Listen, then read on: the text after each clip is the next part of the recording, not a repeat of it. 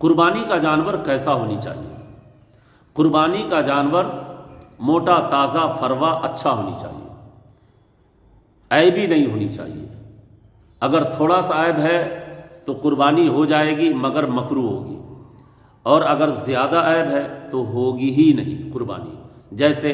کوئی جانور منڈا ہے جس کے پیدائشی سینگ نہیں ہے نا، سینگ ٹوٹے ہوئے ہیں، پونچھ کٹا ہوا ہے،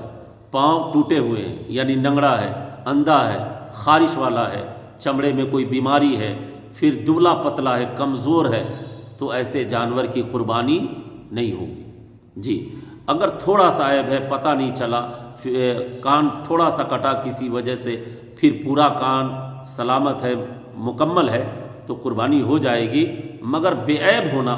بہتر ہے، موٹا تازہ ہونی چاہیے۔ اب بکرا، بکری، دمبا، بھیڑ 1 سال سے زائد ہونا ہے نا، اونٹ ہے 5 سال کا، اسی طریقے سے بھینس ہے، بیل ہے، نر مادہ ہے نا، گائے، بھینس، بیل، یہ تمام 2 سال کے ہونا ہے۔ اور اس کو